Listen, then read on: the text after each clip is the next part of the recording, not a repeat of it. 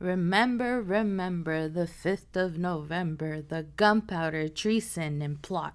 I know of no reason why the gunpowder treason should ever be forgot. Ladies and gentlemen, Mariah Carey has officially announced her defrostation. Let's just assume she's allergic to turkey and Thanksgiving. And now it is time to talk about pop culture. As always, follow my social media accounts if you guys have not done so.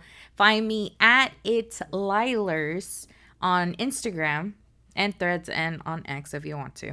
Why not?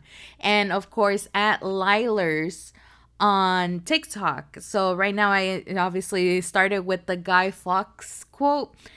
Today is the 5th of November, and of course I have posted that on my TikTok if you guys want to check it out. I basically just grabbed the clip, the famous clip that we have seen from the movie V of Vendetta.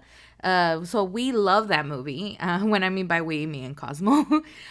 So today she gets to officially watch V for Vendetta for like on the official 5th of November. It's a good tradition that I have been doing since like ever since the movie came out. I love this movie. I own it actually. Me and Bola, rest in peace, rest his soul.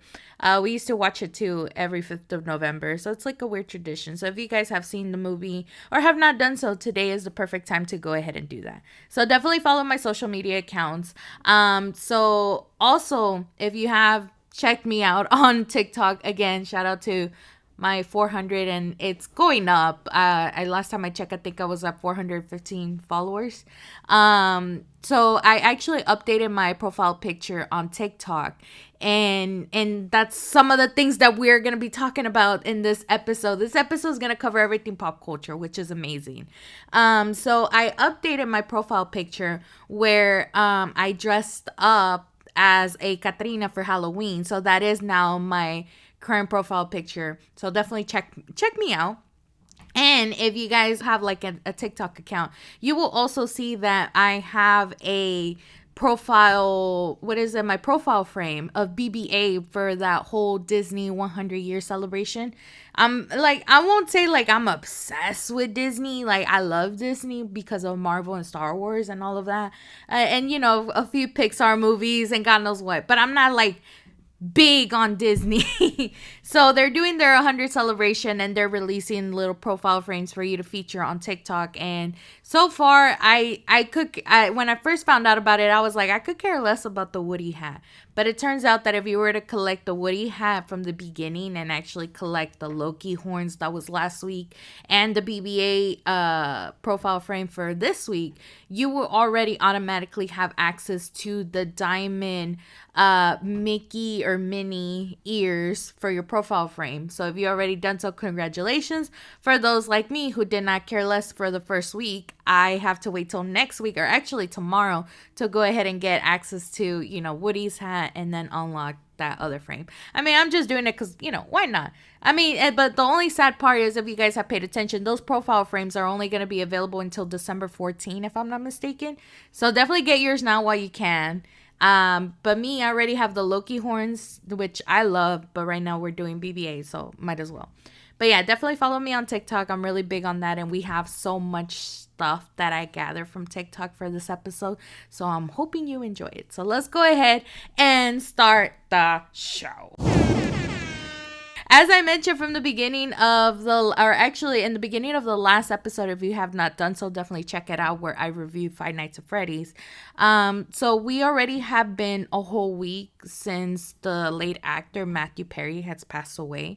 And we learned that the reason why he passed away, it wasn't for an accidental drowning. So it turns out that he had a heart attack while he was in his jacuzzi. So, and the thing that is so eerie, and we have seen so many eerie things where people, you know, go through the last post that they posted or whoever passed away posted, you start trying to connect the dots for some things. Like, you know, I think with Chester Bennington's, we got to see his family.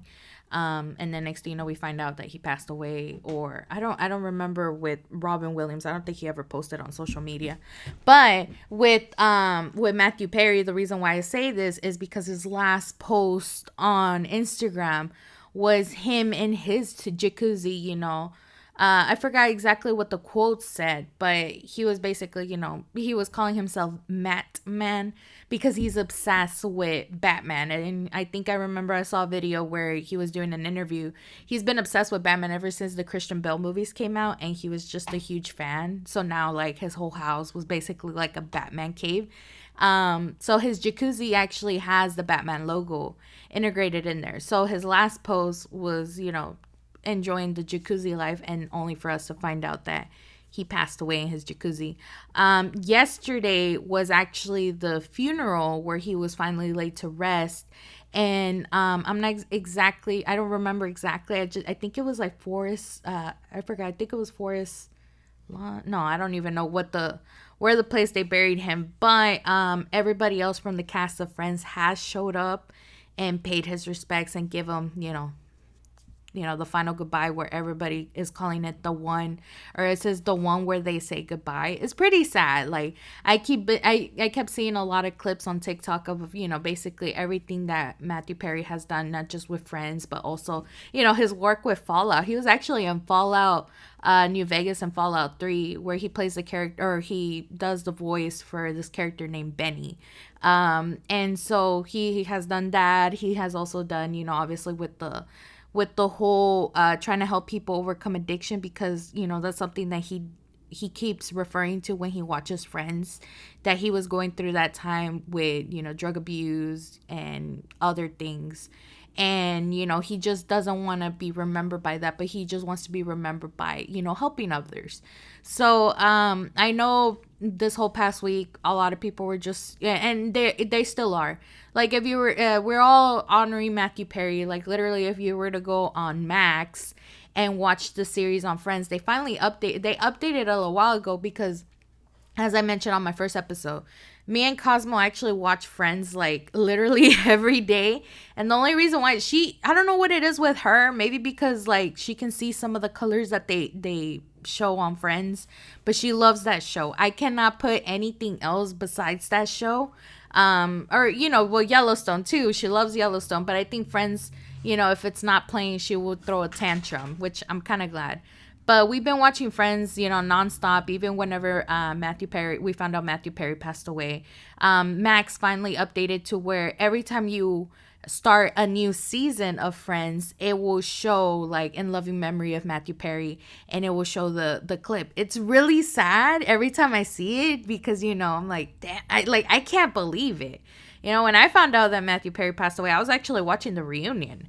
And I was like, I'm so glad everybody's here. And next thing you know, my phone started blowing up like, hey, this happened. And I'm like, what?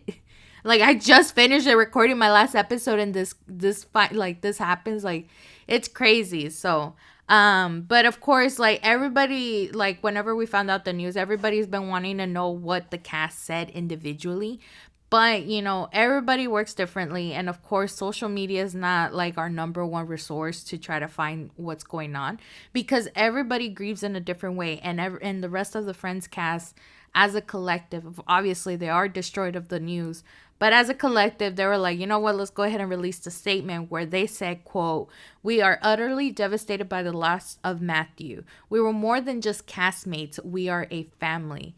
There is so much more to say, but right now we are going to take a moment to grieve and process this unfathomable loss."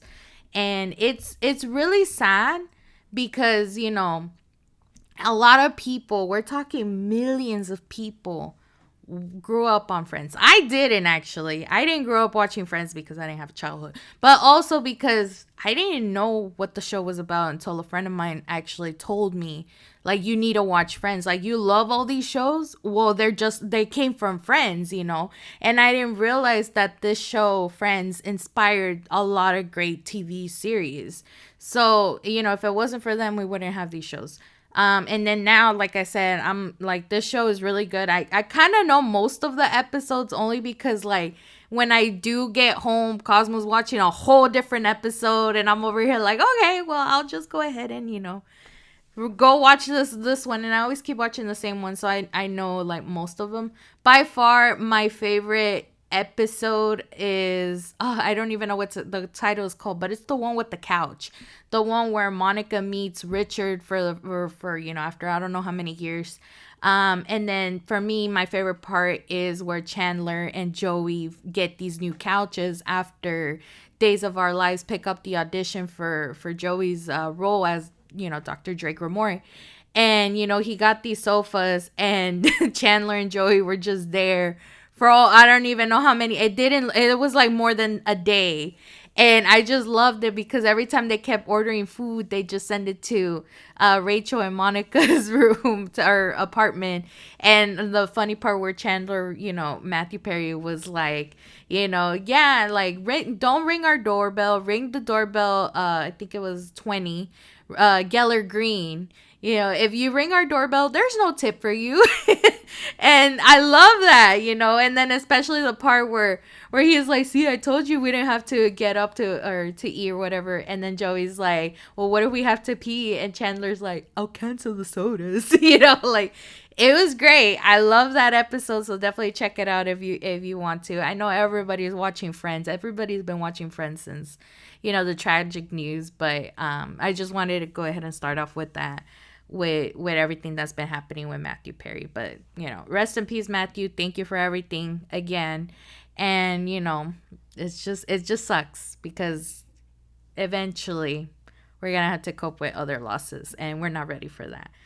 But let's go ahead and move on. I know on the last episode we just reviewed Five Nights at Freddy's, but surprisingly, I did not realize that the fans were loving it. I started, like, after I recorded that episode, of course, I started getting more updates on the Five Nights at Freddy's franchise, and people just trying to find, like connecting the Easter eggs with the game. But it's like, it was crazy to a point that I found out that this movie was so successful in everybody else's eyes. I'm pretty sure it's already confirmed that we're already getting a sequel for this movie. And I said, you know what, might as well, I'll watch it. But I think for me, and I think everybody else can agree, Matthew Lielers did carry that. He did carry the movie. It was amazing. If I ever get to see this guy in person, I will give him a tremendous big hug because, sweet Jesus, I would love to see more of, well, him or, Matthew Lielers as William Afton and, Springtrap, because, sweet Jesus, that was good. But definitely check out that last episode that I recorded. But also, I also found out that the actor Josh Hutcherson, he can speak Spanish. I think they did an interview of him talking about the show in Spanish, and I'm like, homeboy, ¿qué onda? Where you been all my life? But yeah, I did not know that, and so yeah, I just wanted to touch base on Five Nights at Freddy's for sure on that. But I know for everybody else, like, oh, what's going on with pop culture? I got you covered. I know we just had Halloween literally on this past Tuesday. Halloween is one of my favorite days to celebrate because I get to dress up. So again, as I mentioned earlier, I dressed up as a Catrina from Dia de los Muertos because Dia de los Muertos is a really great holiday that I love. We just had it. Well, it goes on for a couple of days. For those that do not know, I think October 27 is the day where we celebrate the loss of all of our pets or, every single animal whose lives moved on. I still want to do like an ofrenda for my pets, because they're actually buried in my front yard.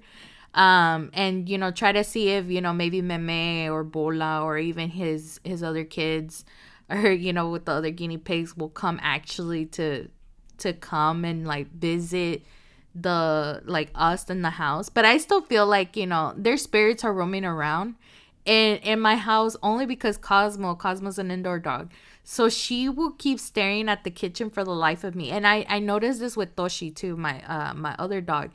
Whenever they were indoors, they'll always stare at the kitchen, and I don't know why. And sometimes I wonder maybe that's Meme's spirit lurking around because he used to be inside too. Until later on we had to put him outside because we keep getting company in the house, and he's an aggressive dog. He will be like Meme. Like I would talk about Meme for days, but Meme was like my first dog, and he was basically the protector of the house. I mean, we have three other dogs now, but Meme was the very first pet that I ever owned, and he would protect the house, but he was very aggressive to everybody except for me, my dad, or my grandma. Everybody else he will curse off, which I really like because that's really me. That's really me in real life. I will curse everybody off, and if I get along with you, then I got along with you. But be glad that you didn't rub me the wrong way, because I would be like, oh, I would hold this grudge like there's no tomorrow. But anywho, the reason why I'm talking about Halloween is because I have seen so many outfits, costumes, that people wore for Halloween. Of course, we have seen our traditional Heidi Klum dressed up as a peacock. I think it was. She has the most bizarre costumes, which I mean, I love her for that, because I think that's what inspires me. Like, we can all go out of our ways to, dress up, whether if it's for fun, whether if it's for scares, whatever it is. Halloween is that tradition that we do it. But I would like to point out Heidi Klum as a peacock was hilarious because, well, obviously you cannot recognize her. Every outfit that she has, you cannot recognize what she looks like. And when she came out, she also had these backup people that would be, what do you call it? Like, they would be her feathers, and they were all painted. So one, like, I think it was two of them that will pick her up, and then everybody else is doing their little thing. But I think for me, the person that stole the show, and I said guy, was her husband, who is Tom Kalitz. I cannot pronounce his last name. But for those that do not know, he's actually from the band Tokyo Hotel. I listened to Tokyo Hotel when I was a teenager, and I'm still surprised that Heidi Klum is married to this guy. He is basically the guitarist, backup vocals. He's the brother of the lead singer Bill. Who had the crazy hair, and Tom, I want to say he had dreads at that time. But, her husband, Heidi Klum's husband, Tom, he was dressed up as a rock. I was like, I love the effort. Homeboy takes the cake for that one. But I really love that. And, besides Heidi Klum, we also had other outfits. And I've seen a bunch of these on TikTok where, that would be hilarious. I'm pretty sure some of you guys who have TikTok have seen the ones where there's a group of people that would dress up as paparazzis and will chase after. And I want to say this was in New York that they do this. They will chase after everybody else's costume. And it's like, like one of them was Captain America, are you worthy? This, and that. And he's holding the Thor hammer. And then at the bottom would say, like, Captain America confirms he is worthy, or something like that. And one of them is, one of the group of guys is also dressed as a security guy, and you'll be like, back up. That one was one of my favorites. But the one outfit that probably stole the show, and to this day I still cannot believe it, goes to a group of kids. These kids, I don't know exactly where they're located, but we see the clip on TikTok where these kids are coming and all dressed up as insurance companies, like auto freaking insurance companies. And everybody that gets their little candy is giving like a little slogan that, the company says, like, progressive. I forgot what progressives is. And then we get like Liberty Mutual, the General, and they're all dressed up. And like the General, for example, was actually dressed up as the General guy. The other one that also made me crack up was the Aflac company, and this guy was dressed up as a duck, and when he was getting his candy, obviously all he had to say was Aflac. Liberty Mutual was the one with dressed in the mustard yellow, kind of like Dwight Schrute from The Office, but he was wearing this mustard yellow colored shirt. So we knew that one. And then, like, we also saw Farmers, we saw Allstate, we saw Geico, but the Geico one was just saying, this is my gecko outfit or something like that. And I'm like, obviously you could have dressed up as, either, I'm pretty sure gecko outfits don't exist, but a lizard maybe, who knows. And then we had the State Farm one with Jake from State Farm.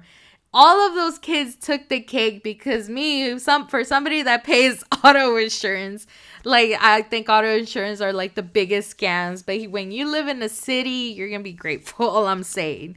But auto insurance is like probably one of our scariest things we have to pay.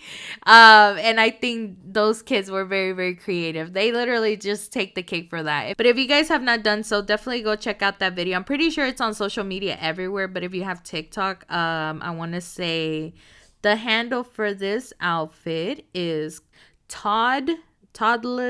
Okay, it's spelled, or is Toddleston 130. It's spelled Toddel and then Stone 130. So it says Halloween Costume Winners 2023. This video has 1.3 million likes. And it's probably growing as we speak, but this literally took the cake. So that you guys, like, if you guys have TikTok, definitely check it out. It's hilarious. So that's something I wanted to talk about for Halloween. Moving along, besides the things that I found on TikTok, obviously we already have the confirmation that Creed is finally coming back. They are reunited, and oh my god, I don't even know where to start. If you guys have not followed the whole Creed story, I've followed them since I started listening to Alter Bridge. Alter Bridge is basically Creed minus the lead singer Scott Stapp. And the lead singer for Alter Bridge is Miles Kennedy, who, replaced Scott. So from what we know, from what I know, is usually the reason why the band kept having problems, staying together was because of the lead singer, Scott Stapp. I don't know if he was like literally like drunk or just into drugs, whatever it is. He was just not being there for the band when it was time to perform, rehearse, all of that shebang. At one point, I think the very first fight broke out between Scott and the drummer, to where I think on the second album, not the second album, I really don't know how many albums there are, but on one of the albums that they released, they actually moved forward with Scott minus the drummer. The album was called Weathered, I think that's what it's called. So it was just basically Mike Tremonti, Scott Stapp, and the other guy, I forgot his name. So this was right after Human Clay, just so y'all know. So that whole mess happened. And then afterwards, I think it was Mike Tremonti, the one that had the final say, that saying, we're going to part ways with Scott, and we're just going to go ahead and, leave Creed behind, get back with the drummer, and just form Alter Bridge with Miles Kennedy. And for those that do not know, Alter Bridge is a really good, successful band. But mostly because, we know the main song Metalingus, which was Edge's, or, Adam Copeland, the Wrestlers theme song. And, Homeboy has the rights for it, so he can play it wherever he likes. And we'll get into that. We're going to talk about wrestling too, so stay tuned. And that's going to be in this episode. I'm so excited just talking about it. So they broke up, they did Alter Bridge, and I remember in 2010 or 2009, actually, I found out, and this was in high school, when I found out, they reunited, and I was like, well, what's gonna happen with Alter Bridge? No fear, Miles Kennedy decided to do his little own thing, and I think they kept it professional, which is pretty amazing. Miles Kennedy decided to release his own album with Slash from Guns N' Roses. And then after that, Creed did their little reunion tour. But then same thing happened again with Scott. And they were like, you know what? Going back to Alter Bridge. Thank God we have this. So let's go ahead and do that. So we haven't seen a Creed reunion for, already I don't know how many years. For 14 years, I want to say. 14? Dang. 14 years. And my thing is that throughout those 14 years, I think Scott has always been making that whole, like, every time he's doing an interview, he's been begging the guys to come back and do another tour. And I'm just like, I mean, they're probably like, no, we're not doing it again. It's 14 years. So when I found out, because they created a TikTok video, that's how I found out. They created the TikTok video where Scott just comes in the room like, hey, guys, and what are y'all doing? And the rest of the band is just there, and I'm like, Creed is reunited. And Mark Tremonti was like, or Mike Tremonti, I don't even know. He's just like, we're doing rehearsals, want to join? And I'm like, so then they confirmed that, they're gonna do this tour. And by the way, tickets are on sale and they're hella expensive. I actually was interested in going. The only thing is that the seats are all the middle seats, and I'm picky with my seats, by the way, because where they're coming for here is gonna be again at the Cynthia Woods Mitchell Pavilion. And I've seen the venue. The venue is like, okay, if you get the good seats, they're usually the middle rows or the middle portions. That whole row is gone, by the way. There's only single seats, and I'm just like, if I have to go by myself to see Creed, I might. But man, I think like those tickets are almost $200 just to get, and I'm like, I'm debating, but we'll see. If I go, I'll let you guys know. But besides that, I also saw another video. Of course, I don't pay attention to sports. I could care less.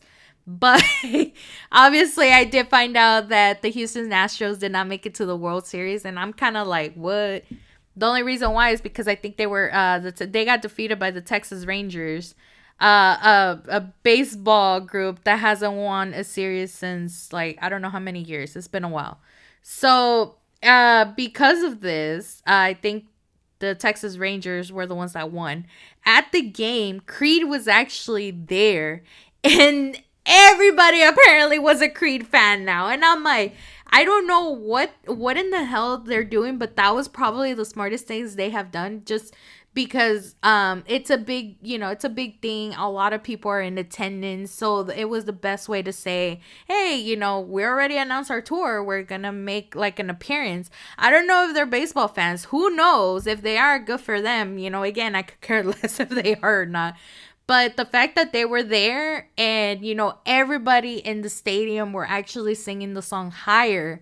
Everybody was like, okay, we gotta go see Creed now. So I'm glad that they did that. And, again, Creed tickets are now available if you guys ever do want to check it out. Coming to a place near you. I'm not really good at that. But, again, I'll let you guys know if I do go or not.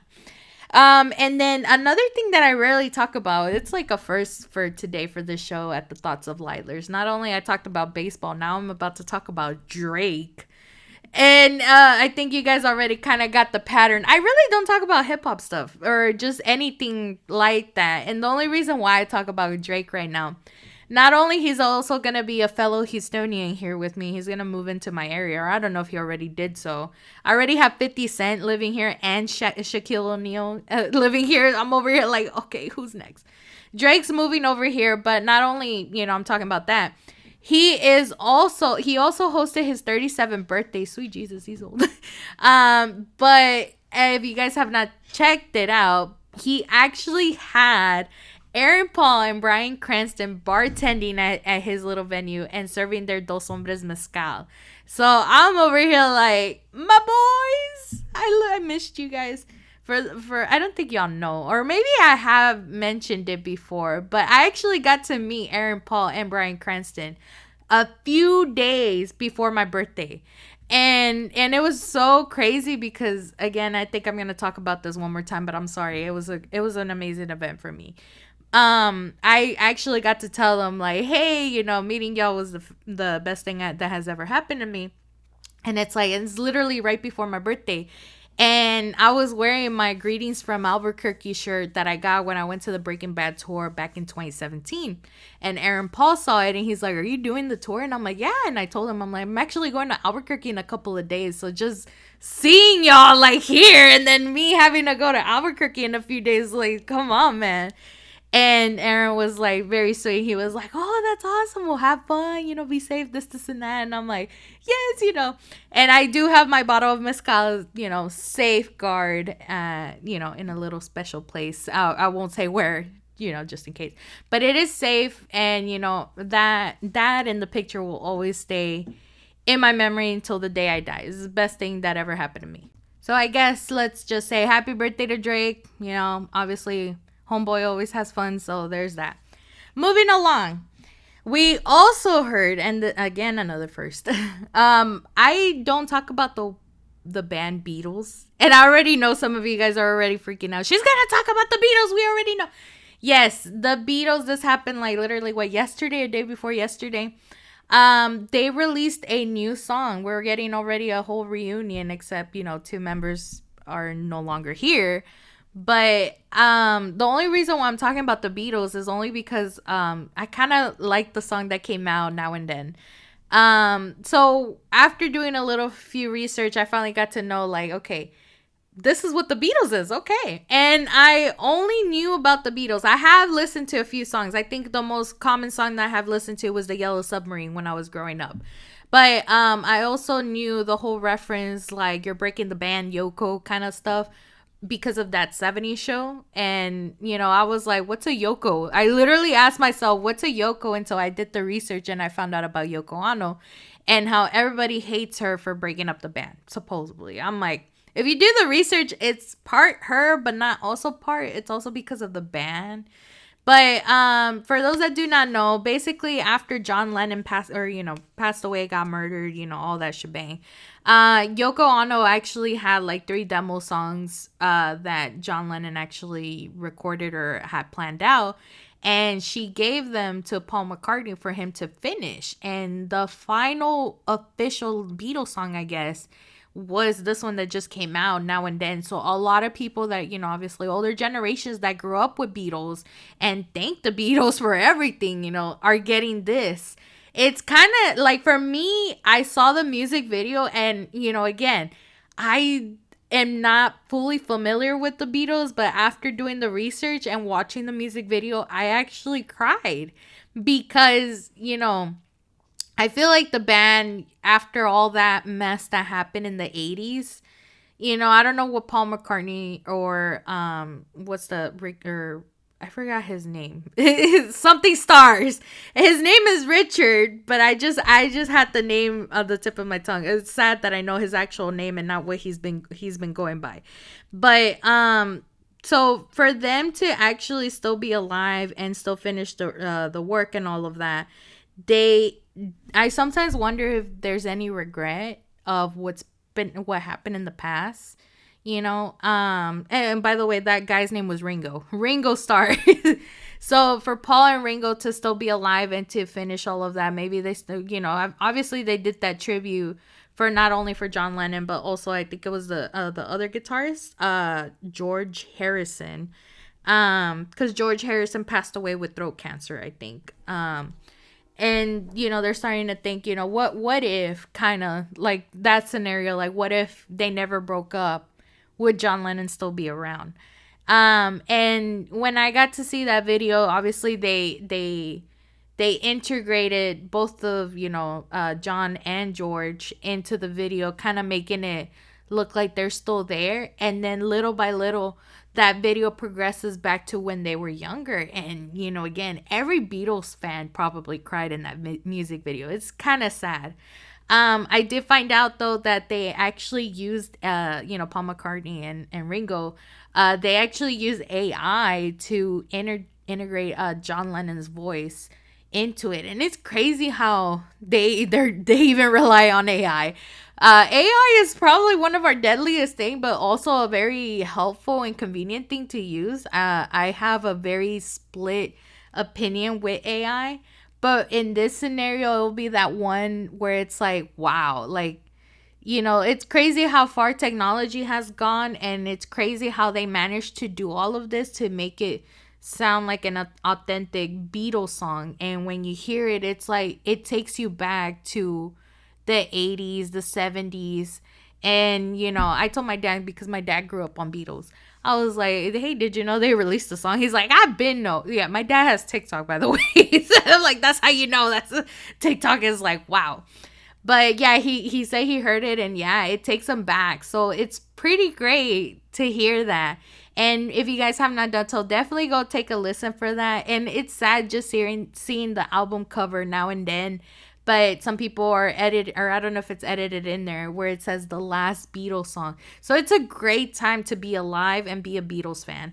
Obviously, for those that are not familiar with the Beatles, they release a bunch of music during the 60s all the way into the 80s. And, They were basically all for peace, love, anti-war kind of stuff like that.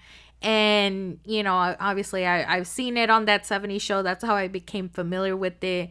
Obviously the iconic Abbey Road portrait that they have, where I think Paul McCartney was the one that was barefoot on it. We have that, and now it's an iconic scene, or an iconic thing that they do. And they're basically, like, I think one of the most influential bands out there. Obviously, I think they're even the one of the most richest musicians that ever existed. So for them to do that is just great. So definitely go check out Now and Then. Check out the music video, because again, I cried. I'm very emotional when it comes to that. So there's that. All right, let's go ahead and move it along. Oh my God, we still got so much to cover, and it's only been 35 minutes, which I'm happy. So we also know that I'm a Godzilla fan. We are getting Godzilla -1. And for those that do not know, this movie is separate from the MonsterVerse franchise that we've seen on Legendary or Warner Brothers. This is all going to be from the Japanese productions Toho. Toho. I don't know how to pronounce it. And so they're going to be releasing this movie. I think the last Godzilla movie that we got from Toho was actually Shin Godzilla in 2016, if I'm not mistaken. That movie to this day is still beautiful. It's really good. I own it. I'm glad to own that part. And I actually got to see it in theaters with my cousin. Me and my cousin grew up watching Godzilla. I think my cousin's like a bigger fan than I am. Like, he goes all the way to the original movie. So there's that. But when I found out about Godzilla -1, I really appreciate Toho for finally doing it, for doing this thing that me and my cousin, been thinking. And the only reason why is, like, I feel like Legendary is like making Godzilla like the good guy, whatever. Toho basically shows, with Godzilla -1, they're finally gonna show the abomination and that he was originally created for, because Godzilla is not a good creature. I can't say guy because it's a creature. He is here to destroy everything that comes in his path. And this one, obviously, is, when you watch the trailer, it takes place on part of history that actually happened in Japan. And to this day, for those that do not know, there is an area in Japan that's just like Chernobyl in Ukraine, where it's all radioactive. It's a dead zone kind of in a way, but this takes place on the very first time it actually happens. And then next thing you know, for the people in Japan, all the Japanese people, to face this abomination that is Godzilla to come, you start to wonder, oh my God, like, what's gonna happen? And obviously we see Godzilla trying to destroy everything again. So for me to see this, I'm excited. I cannot wait to watch it. Definitely check out the trailer. But Godzilla -1 will be in theaters on December 1st, and I just found out yesterday that it's also gonna be available on IMAX. So that's even more crazy. So I cannot wait. But again, keep that in mind. It is going to be different than the MonsterVerse. It's not going to be linked to nothing on that timeline. This is all separate from Toho, which are the original creator. Well, not Toho, but like, it's Godzilla originated from Japan. So we're going to get that. So it's good. Now, besides Godzilla, we're also going to move along and talk about Marvel. Marvel has a lot of good news and bad news. So there are rumor and reports that the MCU might get the original cast of the Avengers to come back, and I'm not sure if they're gonna try to recreate Avengers again, or they're just gonna make a new Avengers movie, but they're gonna try to bring in Robert Downey Jr., newly married Chris Evans. Yeah, my boy is married. Oh my God. And Scarlett Johansson. We have already everybody else on there. I think Chris Hemsworth, Mark Ruffalo, they're all gonna be in there. And the only reason why, and this is what I wanted to talk about, is there's probably like, I know the hype for Marvel sadly died down after Avengers Endgame. And I think because of the pandemic and everything that has happened, it's just everything else that's been out is not really catching up all of our attention. Or maybe just everybody is just like, okay, the original cast members aren't here, there's no point of us watching it anymore. Because yeah, it was 10 years of us being used to seeing these characters and then everybody else coming along. And it's sad for the MCU to end up in that, like, oh, we were always at peak, and no, like they're already down. They're thinking about doing this whole thing with Avengers, but also trying to reset the villain that's coming up for the next Avengers with Kang the Conqueror, because originally the hype was that when Ant-Man Quantumania came out, the hype of Kang and this fear of him being worse than Thanos might be able to push the next two Avengers movies, where they were gonna call it the Kang Dynasty at one point. It just didn't click. It didn't happen. And I don't know. Part of me, I blame, the pandemic, but also part of me is just like, it's personal opinion. I feel like, because and I think I didn't even review Ant-Man. I literally didn't review Ant-Man. That's how you know it wasn't that good. The CGI was pretty bad, and I think like it wasn't good to lead off with Ant-Man. We were probably trying to lead off with other things, and then with all these shows that are coming on Disney Plus, sorry, the Spanish came out. With all these shows that came out on Disney Plus too, it's like we're not getting that, and it's like, what's the point anymore? Not a lot of people have Disney Plus. Obviously, they're increasing their prices like crazy, and it's sad because I really love Disney Plus. I really love everything else. I hate Netflix to this day, but they're literally turning into Netflix, and I hate that. Now it's like, oh, hey, you can pay the cheap price, but you gotta watch ads, and I hate ads. Literally, this podcast doesn't have ads anymore. But it's sad, and I think that's where the fandom probably started dropping, was because you had to pay for a service. And everybody knows how greedy Disney can be, so it's I think that's where it's all leading up to fans not wanting to watch the MCU anymore. But will this reset the hype? Who knows? And with everything that's been happening with the actor Jonathan Majors, who plays Kang the Conqueror, I don't even know if some of the things are true or not. You just never know. But I think he was arrested, actually. Because of his actions, they're just probably gonna have to see what they can do. And don't forget the strike with the SAG-AFTRA. I can't even pronounce it.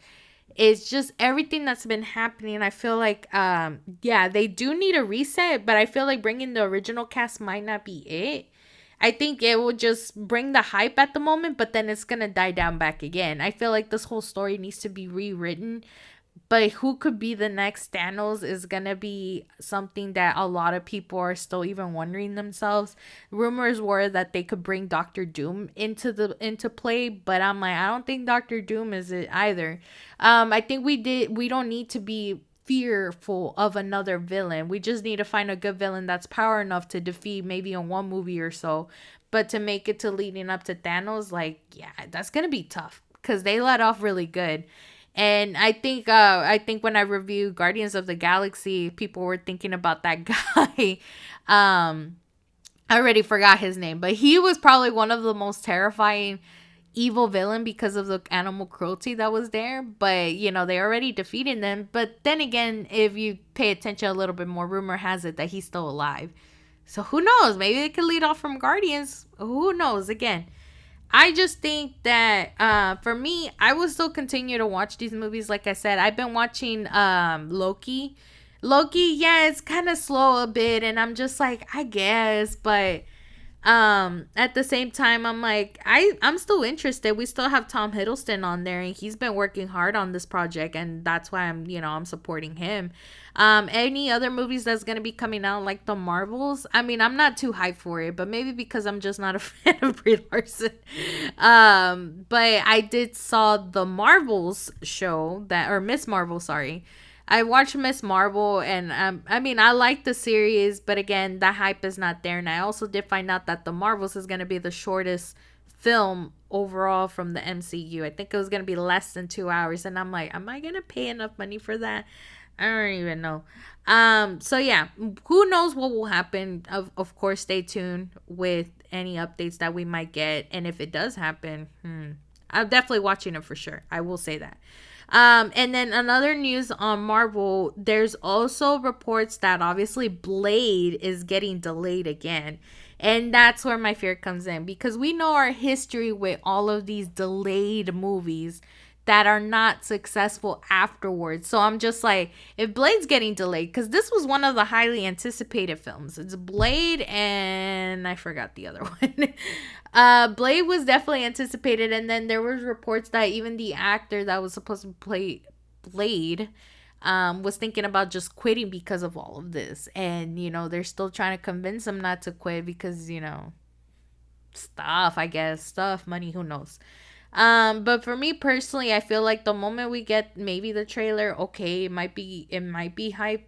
Same thing with Daredevil, with the original cast from the Daredevil CW show. We're probably getting that one too. But with these movies getting delayed, they never do so good, and you're just like wondering, okay, is it even worth watching? And I feel like that's what the actors in Blade is thinking about. It's not going to be a success. Who knows? We ever get it, great. Again, me as a Marvel fan, I will watch it. But I do fear that maybe, yeah, it's not going to do so good. We have, like, for example, the New Mutants. That movie got delayed so much, and when I watched it, it wasn't even in theaters. I watched it when it came out on digital. It was not worth it. So I'm just like, we will see. I hope it doesn't happen. But again, only time will tell. Now, how I mentioned earlier, we are going to be talking about wrestling, and I'm so excited about this because we're going to be talking about Crown Jewel. So for those that are not wrestling fans, you're more than welcome to stop the show, but I do wish you don't. So yesterday was Crown Jewel, and it was so long. I will say I was pretty bored most of the time, but in the beginning, it was pretty good. There are a lot of a lot of matches, that were worth watching. But when it was happening, it was just like I kind of lost my my attention span. Whenever we found out that Crown Jewel was taking place in somewhere in Saudi, I don't even know where exactly they took place. I kept getting reports that the show was sold out, and it's something that I was like, oh hey, because I've seen that Crown Jewel or just any event that has been taken outside of the States, if it gets sold out, it's pretty good, because I'm like, those people don't get to see the live shows, like how we do here in the States, because they tour around over here. But when I got to see the venue for yesterday at Crown Jewel, that place was really, really small. And I would admit there is no point to really be bragging that the show was sold out. I don't know why they decided to go for a smaller venue, but at the same time, I'm like, the ring, or basically the way how they had the stage for the ring right above it, they actually have a jewel screen, which I thought that was cute. I'm like, they should have done this a long time ago. But other than that, yeah, it was all right. So I want to say it lasted like for 4 hours. And I want to talk about a few of the matches that showed up. Like, for example, the show started off with Seth Rollins versus Drew McIntyre. It was a great match. However, they got Drew losing, and I'm just wondering if he's just going to turn heel at this point. And it's kind of sad that they give Drew this title that says the pandemic champion, because he was the champion. He was basically a WWE champion WWE champion throughout the whole pandemic. And I feel like we never got that momentum back when everybody just decided to come back in person. So he was basically a champion in front of the people that were on a screen. And a lot of people do agree that they did Drew McIntyre dirty for not letting him win the title. At this point, I'm like, yeah, Seth had a good run. And, I do notice this pattern where WWE is trying to make these champions for God knows how many days. Like, we already seen Roman Reigns has been a champion for almost 3 years now. And that's a whole different theory, which I will get to, because there was that match between him and LA Knight. But I feel like with Seth, they're probably going to give him a longer reign too. And at the same time, I'm like, I kind of need Drew to be champion, because he needs another run with people in front. That'd be great. But then it was hilarious because right after the match was over, Damian Priest, who is Mr. Senor Money in the Bank, he almost cashed in. But I kind of knew something was going to happen. I'm like, ain't no way they're going to let him cash in. Ain't no way, because he still has a match too with Cody Rhodes right afterwards. So that kind of, spoiled the whole fun. Obviously, they managed to get Sami Zayn to, make an appearance. He had to, because he is also, his family is from Saudi Arabia. His family's Syrian, actually. So he made the appearance and decided to interrupt the whole cash in, which was hilarious. And then he ran off with Damian Priest's briefcase, so now he can no longer cash in. But that was hilarious. And afterwards, we got Rhea Ripley coming out. And the reason why I mentioned Rhea Ripley too is because she's been trying to get somebody recruited in the Judgment Day. One of them was Drew McIntyre, which we have seen in other clips on Raw, where she was just talking to Drew casually. And I'm like, what's going on over here? And she even told Drew, like, hey, if you were part of the Judgment Day, we will make sure you were champion. Forget about Damien. Damien's not going to go after you. This, and that. But he didn't. He didn't do it. And, when Rhea comes out, I think, when she was about to come out, like, she literally looks at Drew after his loss. It was like, well, like, I told you so. And same thing with Seth, too. She did warn Seth, like, if you join us, same thing. Damien won't come to you, this, and that. But you saw it. Damien was trying to cash in, and basically Seth is probably the only one that is probably fearful that Damien's going to cash in on him, because ain't no way Damian Priest is going to cash in on Roman Reigns, because nobody can defeat the man. Like I said, it's been 3 years. But anywho, the next match was Rhea Ripley against 4 other people: Shayna Baszler, Raquel Rodriguez. Yeah, I keep... See, the last name always changes. Who knows? Nia Jax, and then Zoe Starks. And for me, it's like, in order for you to detect whether this person is going to win or not, you got to see the way or basically the personalities of who this person is going up against.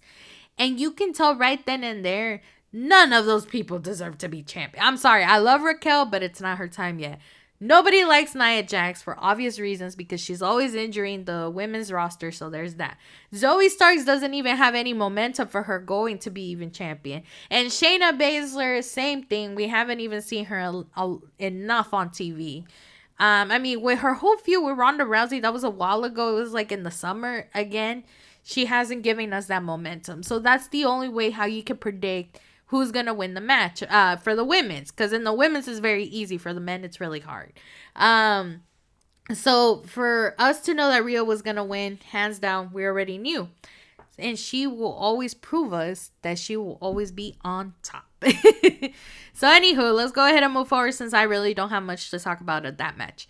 Now, the next one was John Cena versus Solo Sikoa.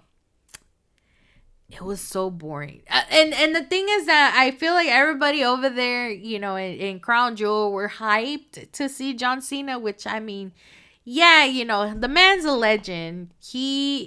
I forgot John Cena follows me on X. Or X or Twitter.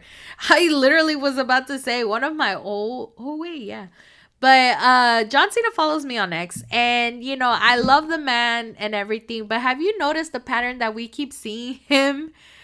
We keep seeing him a lot on SmackDown shows, obviously, and then all of a sudden he gets a match for this pay-per-view. Obviously because of the SAG-AFTRA strike, it doesn't look like John Cena's getting money, so there's no other choice but for him to make appearances at WWE to get some money, which is smart because, again, he is a legend.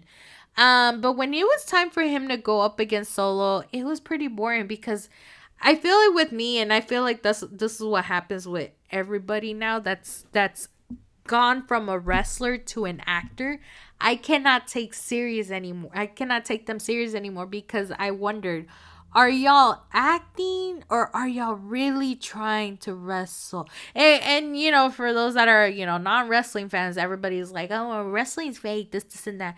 We understand it is fake, but at the end of the day, it is called sports entertainment for a reason. But if you make it obvious that you're trying so hard to make it entertaining, It doesn't look good. And that's what happened with John Cena. For me personally, that's what I see. Because he sells the moves so much and unnecessary that I'm just like, my boy, can you try less? And it's good with Solo, which, obviously he won the match and it makes more sense because you can't tell with Solo if he's being dead ass serious because he's been keeping this character that he has very serious.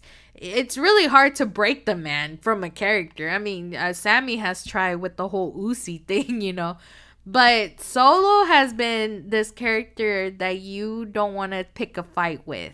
And when like SmackDown had came out on Friday, basically they had this face off moment where, you see John Cena and Solo face to face.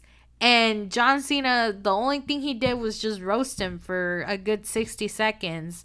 And Solo had to just stand there taking it. My boy literally just kept a straight, mean face without breaking character. And I cannot take John Cena serious anymore after that. So it's like, oh my God. It was boring, but Solo did deserve the win. I will say that no matter how many times we love John Cena, if you start noticing that pattern, you can never root for John Cena anymore. Sorry to say that, but anywho. The next match was very predictable, but yet I did not want it to happen because I am not a fan of Logan Paul. But it was between Rey Mysterio versus Logan Paul for the United States Champion. And I'm over here sad because of the way Logan Paul won. Like, we get it. He's supposed to be a heel and whatnot. But this man, I understand that because everybody hates him, he deserves a champion. I'm over here like there's so many other people that have been in the roster longer than Logan Paul and yet they're not champion. Like, what the fuck? And I feel like will Logan have a long run? We will see, but I want to say no because we have people like maybe Austin Theory that will probably turn, babyface and will try to take that championship back.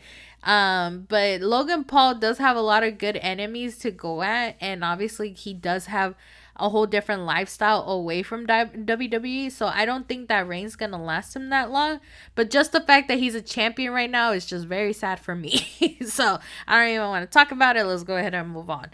The next one was another sad. I don't want to offend anybody, but it was another sad match between Io Sky and Bianca Belair. Honestly, in my personal opinion, I would like Bianca to be champion. However, I've been seeing a lot of hate for Bianca on social media, and I'm still trying to understand why. But for me, the only reason why is because Io has not made a good presence as being a champion. I feel like, she's a champion because she also has, Bailey and Dakota Kai behind her, Damage Control, just trying to find ways for Io to keep the title. But at the same time, eventually I do feel like Bailey at one point is going to break and actually try to attack Io. And I feel like that's the moment when, Io is going to lose the champion. But the way how these matches come up, it's like, come on, man. You're just giving a sad reign to Io. Like, Io does deserve better. I've seen her as an NXT champion, and I was glad that she became NXT Women's Champion. So, for that reign, it was pretty good. But this reign right now, yeah, no. They need to do better with Io. Bro, like, I don't think any WWE writer, producer, whoever works at WWE is listening to this podcast. But I applied at so many WWE positions as a writer, and I'm like, bro, I can literally make this shit better. But yet they don't even bother looking at my application because I'm an outsider who doesn't live in Connecticut. I'm like, sweet Jesus, I can relocate if I wanted to. Shoo. Just hire me and pay me a lot. But anywho, we could make Io better. And, for those that hate on Bianca Belair, she don't need to be champion. Yeah, she had her reign. Her last reign was very short because Io decided to cash in on her. But I'm just like, we can make this happen even more. And I'm still wondering, and the whole thing with Bianca, might as well talk about it right now. Jade Cargill leaving AEW, coming to WWE is a really good potential match between her and Bianca because these two people are very, very They're very athletic. They're very smart when it comes to the ring, and they both have these crazy talents to see who's really the toughest. And so that is one match I will love to see. And eventually I also like to see Charlotte come up on that one, and maybe Becky, but I'm waiting for fucking Jade Cargill to get a fucking match already, whether if it's NXT or Raw or SmackDown. She's just over here taunting everybody. It's gonna be sad if they bury her though too. We'll see about that. But anywho, let's go ahead and move it along. The next match is gonna be Cody Rhodes versus Damian Priest. And that one was a little bit meh. Given that, every match that we see with Cody again. I mean, again, I try my best to take him serious, but I'm still hanging in there. I'm still trying. And the only reason why I say this is because I feel like Cody now, like, he had the storyline, but he kind of drifted apart to the side quest and trying to help every other wrestler get its momentum. And I'm like, yeah, that's good. But at the same time, I'm like, when is Cody going to get his story back? Because he said, I need to finish this story. My boy, you're just like every gamer. Focus on the main story. Stop worrying about the side quests. But I understand because Survivor Series is literally 3 weeks away. Oh my God. It's almost 2 to 3 weeks away. And this one is going to have the theme of war games again. Now that Triple H is over here taking control of creative, which we really love. We've been wanting war games for a while since we had NXT war games. And now we're going to have Survivor Series war games. Rumor has it is that either they're going to compete against the Bloodline or the Judgment Day or both. Because those two factions are probably the most hated factions ever. I mean, a lot of people do hate the Bloodline, but the Judgment Day not so much because Rhea's in there. Everybody loves Rhea. Dominic, they hate Dominic because of Rhea. Everybody wants to be in Dominic's shoes and be adored by Rhea. But I love Ray. Oh my God, that's how you know. I love Dominic because the way how he is on the mic. When everybody boos him, that's the only time I just want to see Dominic is when everybody boos him and you can't hear him. And he gets all mad and he's like, yeah, cállense, déjenme hablar, where he's like, shut up, let me talk. And it's like, so adorable. I love it. So, I mean, Dominic is one.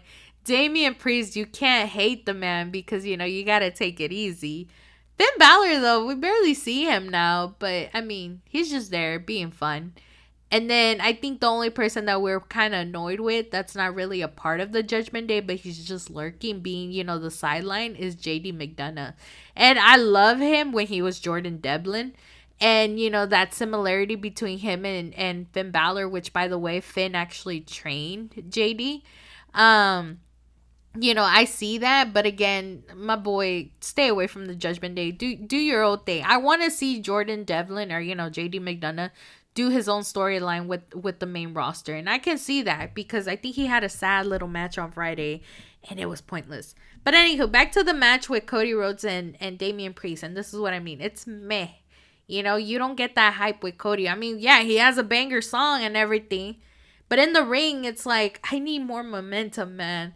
And this is where I'm starting to lose interest. But I cannot wait for Survivor Series because I know he's going to be in the match. Same thing with Damian Priest. So this is not the last time they will go up against each other. So I just say, forget it. I even forgot who won, by the way. I want to say it was Damian, but I also want to say it was Cody. Y'all go look it up. Again, that's how uninterested I was. Now, the main event of Crown Jewel was Roman Reigns versus LA Knight for the WWE Undisputed Universal Championship. So, the reason why I wanted to talk about this is we've been having a bunch of hype for LA Knight, and I wish we'd been talking about this sooner. LA Knight is great on the microphone. We love him, and obviously a lot of people started comparing him to The Rock, which is something that Roman has mentioned on the mic. And this is another thing. Roman is probably the only one that, even though he was an actor for like a few little things, I can take him serious because, oh my God, my boy is a god on the microphone. and this is why I acknowledge him. I acknowledge Roman Reigns, but this whole thing the way how he's winning this champion is just sad, you know? Like, my boy can do better, and he has done better before. So I'm like, why does it have to take, why does it have to take Jimmy Uso or Solo Sikoa to interfere so that way Roman can keep his title? Like, it's just sad. And this is something I also wanted to talk about. My suspicion that, Roman, the reason why Roman Reigns has the one of the third, I think he's the third longest reign of a champion, is because a couple of years ago we obviously learned that he had, I want to say it was like bone cancer. And he had to take a leave where he actually gave up the Universal Champion at the time so he can recover from that, go to chemotherapy and try to get rid of it. He comes back to make the announcement that he was in remission. And the thing is that I understand that when people say they have cancer and when they're in remission, they think that it's completely gone, but it's not. And the thing that scares me the most is that there's a possibility that cancer can come back. And I feel like WWE is trying to make a great legacy for Roman Reigns in order for him to have this long reign so he can be in the history books. And, if the day comes where he's like gone, obviously we're going to mourn. We're going to mourn for so long. Same thing like how we did with Wyndham Rotunda or, Bray Wyatt. Is the same way how we're gonna do it with Roman Reigns. And I understand that this long reign is necessary, but at the same time I'm like, let's change it up a bit. We can still continue the bloodline story, but at this point Roman needs to do his own thing, because that at the end of the day, he's that great by his own. We don't need Paul Heyman, we don't need Jimmy or Solo, but at the same time it is his family, so I can also understand.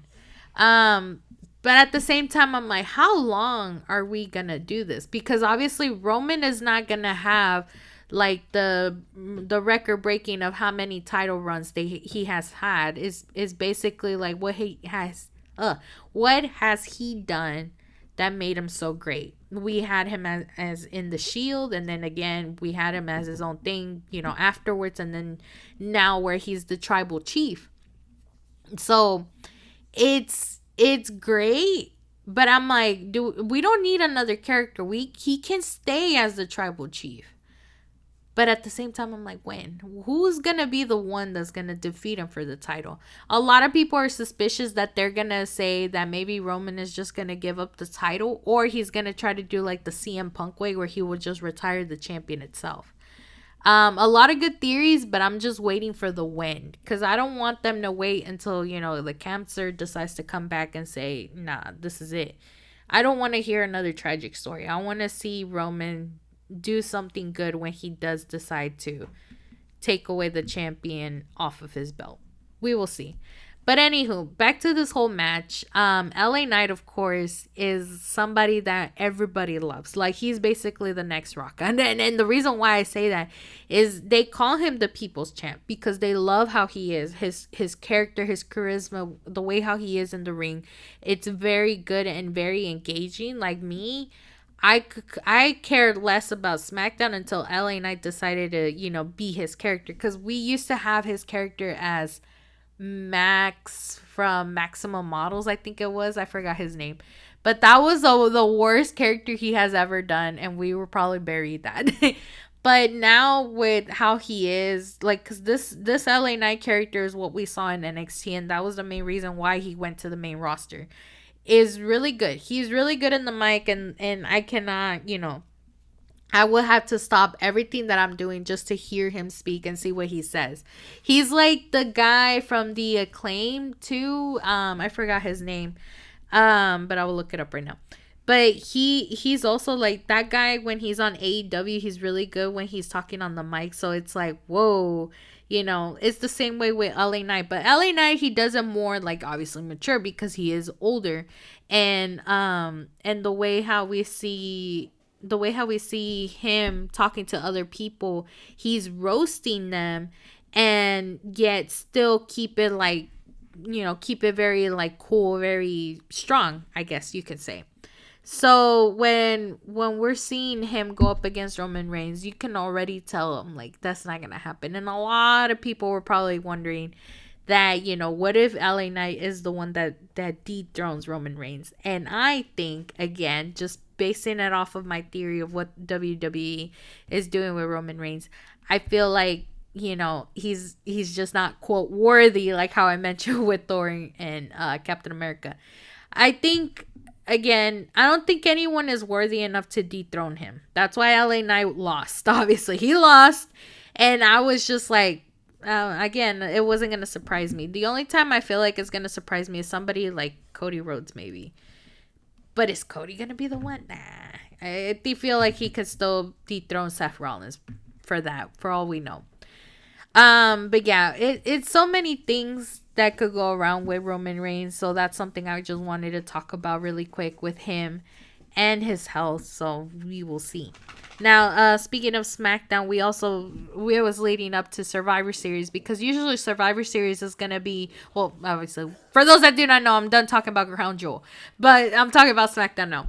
So we're leading up to Survivor Series, and I know it's usually between Raw versus SmackDown, the brands going up against each other. I don't even know if they're going to do NXT. I hope they do. But it will never take the spot of my favorite Survivor Series of them all, where it was the first time it was Raw versus SmackDown versus NXT. By far, that was my favorite one, because obviously when Triple H entered the arena with the NXT crew, it was basically like a homage for DX when he came in the tank. He also came in the tank in the ring, so it was pretty good. But if they're gonna do it on here, I would be very, very shocked and also surprised, because I would love to see all three all three brands go up against each other, and to see which promotion is the best. And the reason why I mentioned this is because we also, on SmackDown, the only way they can split the brands is to split Adam Pearce from his role. And they decided to introduce a new general manager for SmackDown, who happens to be Nick Aldis. And I was probably sad that a lot of people didn't know who he was. And I'm just like, this is how I know y'all don't watch independent wrestling. So Nick Aldis, he's a wrestler. I've seen most of his work when he was in NWA, the National Wrestling Association, if I'm not mistaken, that's how it's called. We've seen a lot of legends in that wrestling promotion, including Dusty Rhodes, Cody Rhodes' dad. And at one point, if you guys do not know, at one point when the first All In pay-per-view that was managed with the Young Bucks and Cody Rhodes actually went up against Nick Aldis for the NWA Championship. So that was pretty good. Definitely check that match out. It was really good. So for Nick to actually come over here to SmackDown, I'm over here like, what am I seeing? I was surprised, because we actually saw him on TNA not too long ago. So I was like, whoa, it was a big jump. And for those that also do not know, my boy is actually married to the wrestler Mickie James. I think they have a kid together. So I'm like, yeah, that's her man. So for those that do not know, but Nick Aldis is really good. It's a perfect pick for them to have as a general manager, because my boy can actually wrestle. So if there's anybody that needs to attack or stop a fight, it will be Nick Aldis. I cannot see Adam Pearce do that. I don't even know if Adam, because I think Adam Pearce was a wrestler too, but I'm not familiar with his work, so there's that. And then I think that will be it for WWE. I need to talk about AEW and then wrap this episode. Oh my god. So let's go ahead and talk about AEW. So AEW, a lot of people are not fans of the promotion anymore, the company anymore, because of besides the CM Punk incident, it's just there's not that many stories to be catchy enough that I'm hooked on it. The only reason why I say this is because, like, for example, MJF is now considered the longest reigning AEW champion, but Homeboy hasn't even defended the champion that long. And if you pay attention too, he's been in so many storylines that it's really hard to keep up with. He has a storyline with Jay White, who's trying to go up against the champion, and then he's also trying to do the storyline with the Acclaim that I mentioned before. And I think, well, we had the Adam Cole incidents, but I don't even know what that whole shebang is. But his reign is kind of sad like Roman, but at the same time I'm like, what's the whole deal with the championship, with the whole AEW champion? Because again, he has that, but Jay White stole it and he's still wearing that. I can see Jay White actually carry the company with him and his faction from the Bullet Club Gold. And they're over there doing their own thing. I love their entrance every time they come in, and I've been a fan of the Bullet Club. So for me to see Jay White carry that can happen. So MJF needs to lose that match ASAP and give it to Jay White. And me, I'm just like, I just need more hype with other people, not just MJF. So that's a whole different thing that they need to work on. Another thing that they're doing to keep themselves relevant, and again, just so you know, I don't pick sides. I support wrestling in general. In my past episodes, I supported AEW more than I did with WWE, so there's that. But now for AEW to be relevant again, they actually managed to get Edge, which I mentioned earlier. Edge is now back to wrestling, but now he's back as Adam Copeland, and he's having this feud with Christian, which at first we were like very hooked on it, but it's getting very delayed for it to happen. That's the thing. And I understand that you have to build momentum and all of that, but some of us get bored easily, and I think wrestling fans overall, if you don't give them what they want right then and there, they're gonna lose interest. And I think that's what AEW is having a hard time understanding, because when I found out that Edge came back, I'm like, oh shit, like he's gonna go up against Christian, so that storyline could take maybe a while. But I wasn't expecting for it to be this long. It's kind of like, if you remember during the pandemic, we had Edge and Randy Orton. They were just fighting back and forth like crazy. It got boring, I will say that. But I mean, major props again to Edge, because he created the Judgment Day, which is now, again, one of the most powerful factions in WWE history. But Edge right now, he needs to find that momentum back. And I mean, I'm pretty sure other people are still hyped about it. Me, again, I lost interest. I need something else to be hyped about. But hey, he's back. And he did say that after this, then he will officially retire. So I'm like, okay, good. Because I'm pretty sure your family wants you. They need you. But anywho, if you pay attention to everything that's been happening with AEW, you're starting to realize that it's mostly like the old WWE wrestlers that are in there. I mentioned Edge, Christian's there, Chris Jericho's there, and then we have Daniel Bryan, or Bryan Danielson, however you want to call him. Cesaro's there, Miro's there, but we're not getting that much of a hype than we are with these new characters. So I'm trying to understand the strategy that AEW is trying to do. Maybe like use the old WWE wrestlers to give momentum to these new wrestlers, give them a name for themselves. However, it's only mostly on the men's division, because again, for the women's division, it's kind of sad even more. Obviously the only great person that came out of that was Jade Cargill, which she managed to be in WWE afterwards. But everybody else is having a hard time to keep that momentum. Obviously, we saw Paige. Paige became the women's AEW women's champion. Everybody didn't like that. She lost it. And now we have Hikaru Shida. I just call her Shida. Sheeta's a champion now, and I'm just like, I don't see the hype. And they need a lot of work in the women's division. That's the other thing. And there's ways to find these ways to make them better, but I just feel like there needs to be more direction with that. But again, on the men's roster, I feel like that's their strategy, is to give this momentum to those people. But then, of course, we all know that AEW has collaboration with not only New Japan Pro Wrestling, but also with Ring of Honor.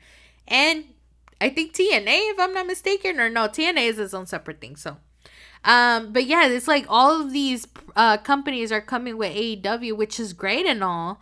But I feel like the roster is getting very, very cluttered. And, with all the time that they have, not only for Wednesdays, we have them on Fridays for Rampage and then Saturdays for Collision. It's not enough, But it just depends what they do. And again, these storylines, they need to be very hyped. Like right now we have that one storyline with the Elite, where it was Matt and Nick Jackson and Hangman Page. And Hangman's having this feud with what's his name? I forgot his name already. Swerve Strickland. That was his name. I literally had to look him up. So he's having this feud with him, which is okay, but they're kind of like doing this whole like Samoa Joe and AJ Styles kind of storyline, because they had Swerve Strickland going into Hangman's house, and I'm like, the home invasion segment basically, and I'm just like, what's new? But other than that, like, I just remember that on this last episode of Dynamite, on Dynamite, we had Mac Jackson literally having a meltdown after losing because Hangman decided to leave and go chase after Swerve Strickland. And, I'm like, what could this mean for the Elite? And at the same time, usually the Elite was originally Matt and Nick Jackson and Kenny Omega, but now, they added Hangman, and then that's pretty much it.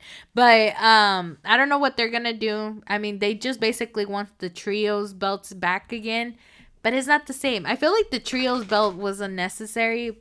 Should work on the tag teams, kind of like doing in the New Day style, where the New Day, it was a group of 3 people, and they would, switch the belts around, but they were tag team champions for the longest too.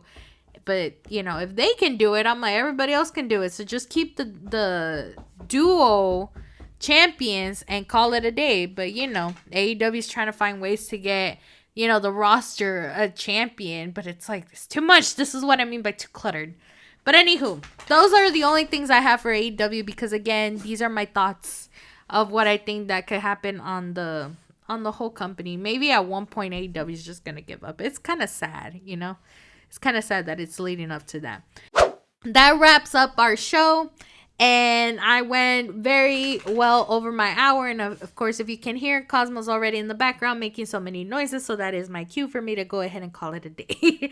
As always, again, make sure to follow my social medias at It's Lielers on Instagram, X and Twitter. No, X and Threads. And then, of course, Lielers on TikTok. I'm mostly on TikTok, so definitely follow me. and of course, I will try my best to keep you guys updated with everything that I find out on pop culture. And if there's anything else that y'all need to know, you guys will hear it here. So of course, I hope you guys enjoyed this episode, and I will talk to you guys on the next one.